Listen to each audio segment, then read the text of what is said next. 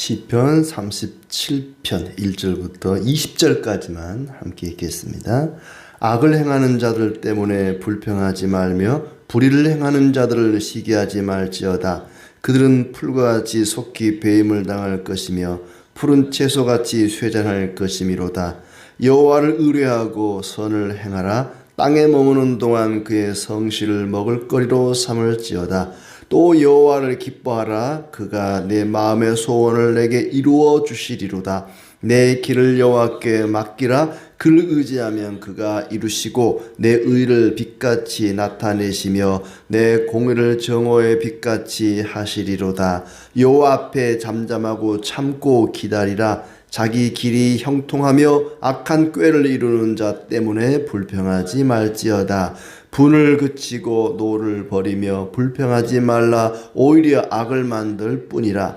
진실로 악을 행하는 자들은 끊어질 것이나 여호와를 소망하는 자들은 땅을 차지하리로다. 잠시 후에는 악인이 없어지리니 내가 그곳을 자세히 살필지라도 없으리로다. 그러나 온유한 자들은 땅을 차지하며 풍성한 화평으로 즐거워하리로다. 악인이 의인치기를 꾀하고 그를 향하여 그의 일을 가는도다. 그러나 주께서 그를 비웃으시리니 그의 날이 다가옴을 보심이로다. 악인이 칼을 빼고 활을 당겨 가난하고 궁핍한 자를 엎드러뜨리며 행위가 정직한 자를 죽이고자 하나 그들의 칼은 오히려 그들의 양심을 찌르고 그들의 활은 부러지리로다. 의인의 적은 소유가 악인의 풍부함보다 낫도다. 악인의 팔은 부러지나 의인은 여호와께서 붙드시는도다. 여호와께서 온전한 자의 날을 아시나니 그들의 기업은 영원하리로다. 그들은 환난 때 부끄러움을 당하지 아니하며 기근의 날에도 풍족할 것이나 악인들은 멸망하고 여호와의 원수들은 어린 양의 기름같이 타서 연기가 되어 없어지리로다. 아멘. 네, 반갑습니다. 오늘도 하나님 은혜가 가득하기를 진심으로 축복합니다. 다윗은 현재 우리 눈앞에 펼쳐지고 있는 일들만 보지 말고 그 모든 일을 주관하시고 다스리시는 하나님만 바라보고 하나님만 의지하며 살자. 이렇게 자기 스스로에게 다짐하고 또 다른 사람들에게도 그것을 권면하고 있습니다.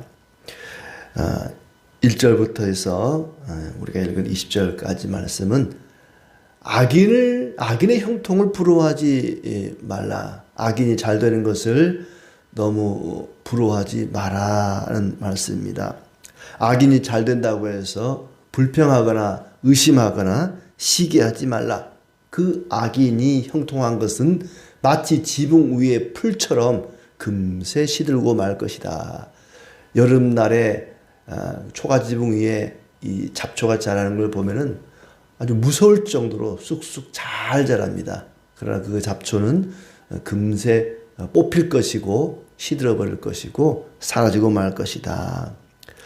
이 다윗은 이 말을 아마 자기 자신에게 자기 스스로에게 하고 있다고 보여집니다. 농사를 지어 보신 분들은 알지만은 이 잡초는 정말 안 키워도 잘 자랍니다.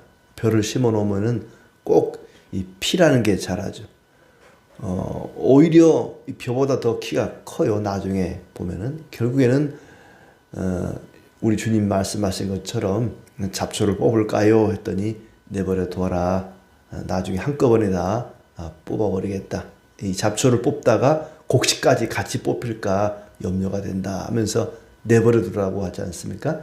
그런 것처럼 잡초는 아주 무럭무럭 잘 자라지만 결국 뽑히고 시들고 말 것이다. 그러니 악인의 형통을 너무 시기하지도 말고 부러워하지도 말고 불평하지도 말고 하나님 왜 이렇습니까? 저놈은 하나님을 의지하지도 않고 또 하나님을 신뢰하지도 않고 인정하지도 않고 그렇게 사는데도 저렇게 잘 되는데 나는 이게 뭡니까? 하면서 불평하지 마라. 악인은 누구죠? 이 앞장에 36편에 말하죠. 마음속에는 죄가 가득하고 눈에는 하나님을 두려워하는 기색이 조금도 없는 자. 이렇게 규정하고 있습니다. 악인은 누구냐? 하나님을 인정하지 않고 하나님을 두려워하지 않은 사람입니다. 하나님이 없다고 생각하고 말하는 사람입니다. 하나님을 인정하지 않는 거예요. 반면에 의인은 하나님을 인정하는 사람, 하나님을 두려워하는 사람입니다. 그렇게 오늘 이 37편은 악인과 의인을 비교하고 있습니다. 악인의 결국 또 의인의 결국이 어떻게 될 것인가를 이야기하고 있죠. 여호와를 신뢰하고 선을 행하며 성실하게 살아라. 우리가 해야 할 일, 우리가 집중해야 할 일은 뭐냐? 악인의 형통을 시기하거나 부러워하지 말고 네가 할 일, 하나님을 신뢰하고 의지하고 믿음으로 사는 그 일에 집중해라 하는 것이죠. 오직 여호와로 인하여 기뻐하면 내 소원을 이루어 주신다 그렇습니다. 하박국 선지자처럼 외양간에 송아지가 없고 또 감람나무에 열매가 없고 밭에 소출이 없을지라도 난 여호와로 인하여 기뻐하고 즐거워하리라 했던 것처럼 내가 가진 어떤 소유나 내가 가진 어떤 것 때문에 즐거워하고 기뻐하는 것이 아니라 여호와로 인하여 여호와 그 하나님으로 인하여 기뻐하고 즐거워하라. 여호와를 기뻐하라. 그가 내 마음의 소원을 내게 이루어 주시리로다. 내 마음의 소원, 우리가 마음으로 소원하는 것들을 이루어 주시리라 그랬습니다. 또 5절의 말씀 마치 잠언과 같습니다. 내 길을 여호와께 맡기라. 그를 의지하면 그가 이루시고 그랬어요. 내 길을 여호와께 맡기라. 그를 의지하면 이 말은 하나님의 방법들에 맞추면 하나님의 방법에 따라 살면 그런 얘기입니다. 우리의 삶이 하나님의 방법에 맞춰지고 하나님의 방법을 따라 살게 되면 주께서 도와주시고 정오의 빛같이 정오의 빛은 가장 밝을 때를 가리킵니다. 그 정오의 빛같이 그렇게 하실 것이다. 여호와 앞에 잠잠하고 참고 기다리라. 자기 길이 형통하며 악한 꾀를 이루는 자 때문에 불평하지 말지어다. 악한 꾀를 이루는 자, 악인은 악한 꾀를 계획하는데도 그것들이 다 이루어진단 말이죠. 그러면 나도 저렇게 살아야 되나? 이렇게 하나님 신뢰하고 믿고 사는 것이 이게 다 무슨 소용이 있는가? 아무 의미 없는 짓 아닌가? 나도 그냥 저렇게 대충 내 생각대로 내 계획대로 악하게 살아도 되는 것 아닌가? 그러지 말라는 것이죠. 하나님의 방법대로 살아야 된다. 그러면 주께서 도우시고 빛나게 하실 것이다. 잠잠히 주님을 기다리고 참으라. 악인의 형통을 불평하지 말라. 하나님이 진짜 있는 것인가? 하나님이 계시다면 저렇게 악인이 잘 되고 의인들이 고난을 당해야만 한단 말인가? 이렇게 의심할 수 있는데 결국에 가서는 악인은 멸망할 것이고 의인은 형통하게 될 것이다 하는 얘기입니다. 분노를 그치고 불평하지 말라. 이런 것은 자신에게 해를 끼친다. 분노하는 것은 자기 자신을 해치고 죽이는 일입니다. 분을 품거나 노를 바라지 마라. 분노하지 마라. 악한 자는 뿌리째 뽑히고 여호와를 소망하는 자는 땅을 차지하리라. 이 땅을 차지한다는 것은 이 세상의 어떤 땅이 아니라 하나님의 나라를 차지한다는 것을 말하죠. 악인은 사라질 것이다. 온유한 자는 땅을 차지하고 화평으로 즐거워할 것이다. 우리 주님께서도 이 말씀을 인용해서 마태복음 5장에 온유한 자는 땅을 차지할 거라고 말씀하십니다. 또 악인이 의인을 쳐도 주님은 악인을 비웃으신다. 악인의 끝날이 다가옴을 아시기 때문입니다. 또 14절에 악인이 정직한 자를 죽이려 하나 오히려 자기 칼에 자기 양심이 찔리게 되고 활은 부러지게 될 것이다. 의인의 하찮은 소유가 악인의 많은 재산보다 낫다. 의인이 아무리 적은 소유를 가질지라도 악인의 많은 소유보다도 많은 재산보다도 그것이 훨씬 낫다. 악인의 팔은 부러지나 의인은 여호와께서 붙드신다. 하나님께서 온전한 자를 보살피사 환난 때에 부끄러움을 당하지 않고 기근 때에 굶주리지 않을 것이다. 악인과 하나님의 원수들은 망할 것이다. 그렇습니다. 또 악인은 꾸고 갚지 아니하나 의인은 은혜를 베풀고 거두준다. 의인의 특징은 늘 나눠주기를 좋아한다는 것입니다. 내게 주어진 것이 나 혼자 먹으라고 준 것이 아니고 나눠 먹으라고 준 것을 믿고 나누는 것, 이것이 의인의 특징입니다. 여호와께서 사람의 걸음을 정하시고 그의 길을 기뻐한다. 사람의 걸음을 정한다는 말은 한 걸음 한 걸음, 우리의 발걸음이, 인생의 걸음이 잘못된 길로 가지 않도록 붙들어 주시고 인도해 주신다는 얘기입니다. 넘어지지만 아주 엎드러지지 않을 것은 주께서 붙드시기 때문이다. 24절에 그 의인은 넘어질 수 있지만은 아주 엎드러지지는 않을 것이다. 여호와께서 그의 손으로 붙드심이로다. 어제 36편의 마지막 절, 악인은 그렇지 않았죠. 악을 행하는 자들은 넘어졌으니 엎드러지고 다시 일어날 수 없으리이다. 악인은 한번 넘어지면은 다시 일어날 수 없다 그랬는데, 의인은, 하나님을 경외하고 의지하는 사람은 넘어지기는 하지만은 아주 엎드러지지는 않을 것이다. 다시 일어날 것이다. 하나님이 붙들어 주시기 때문에, 하나님이 우리를 붙들고 계시기 때문에 우리가 넘어질 수는 있지만은 아주 멸망하지는 않는다는 얘기입니다. 마치 시냇가에 심겨진 나무처럼 비록 잎사귀는 마를 수 있지만은 그 뿌리가 온전하기 때문에 다시 잎이 나고 싹이 나고 열매를 맺게 될 것입니다. 의인은 시냇가에 심겨진 나무와 같습니다. 추위가 오면은, 겨울이 오면은 그 잎이 떨어지고 앙상한 가지만 남겠지만 봄이 오면 다시 싹이 나고 잎이 나고 열매를 맺게 되고 꽃을 피우게 될 것입니다. 그렇게 의인은 넘어질 수 있지만 완전히 엎드러지는 것은 아니다. 주께서 우리를 붙들고 계신다. 의인이 버림을 당하거나 그 자손이 걸식하는 것을 보지 못했다. 물론 이것은 이제 비유적인 거죠. 의인은 하나님이 붙들어지기 때문에 버림을 당하거나 자손이 얻어먹는, 구걸해서 먹고 사는 일은 없을 것이다. 사실 그럴 수도 있어요. 내가 아무리 의롭게 선하게 살아도 자녀가 고난당할 수 있습니다. 하나님의 뜻에 따라서 그럴 수 있다 하는 얘기지만은, 이건 이제 비유적으로 의인은 하나님이 축복하신다. 그 자손까지 돌봐주실 것이다 하는 그런 말씀입니다. 그는 언제나 은혜를 베풀고 꾸어줌으로 자손이 큰 복을 받게 될 것이다. 이 꾸어준다는 말은 무슨 비싼 이자 받고 꾸어준다는 얘기가 아니라, 이 고대 사회는 가난한 사람에게 돈을 이자 없이 그냥 빌려주는 경우들이 많았단 말이죠. 그걸 가리키는 것으로 보여집니다.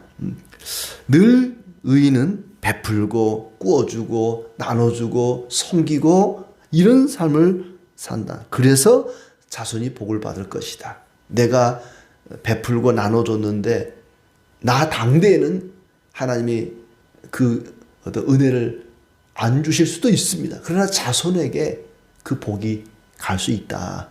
내가 베푼 것을 내 자손이 복을 받을 수 있다는 얘기입니다.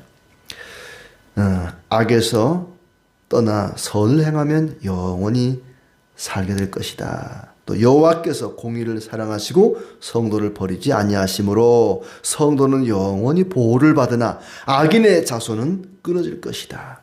또 30절 말씀에 의인의 입은 지혜로우며 그의 혀는 정의를 말하며 그의 마음에는 하나님의 법이 있다. 그의 걸음은 미끄러지지 않을 것이다. 실족하지 않을 것이다. 그렇습니다.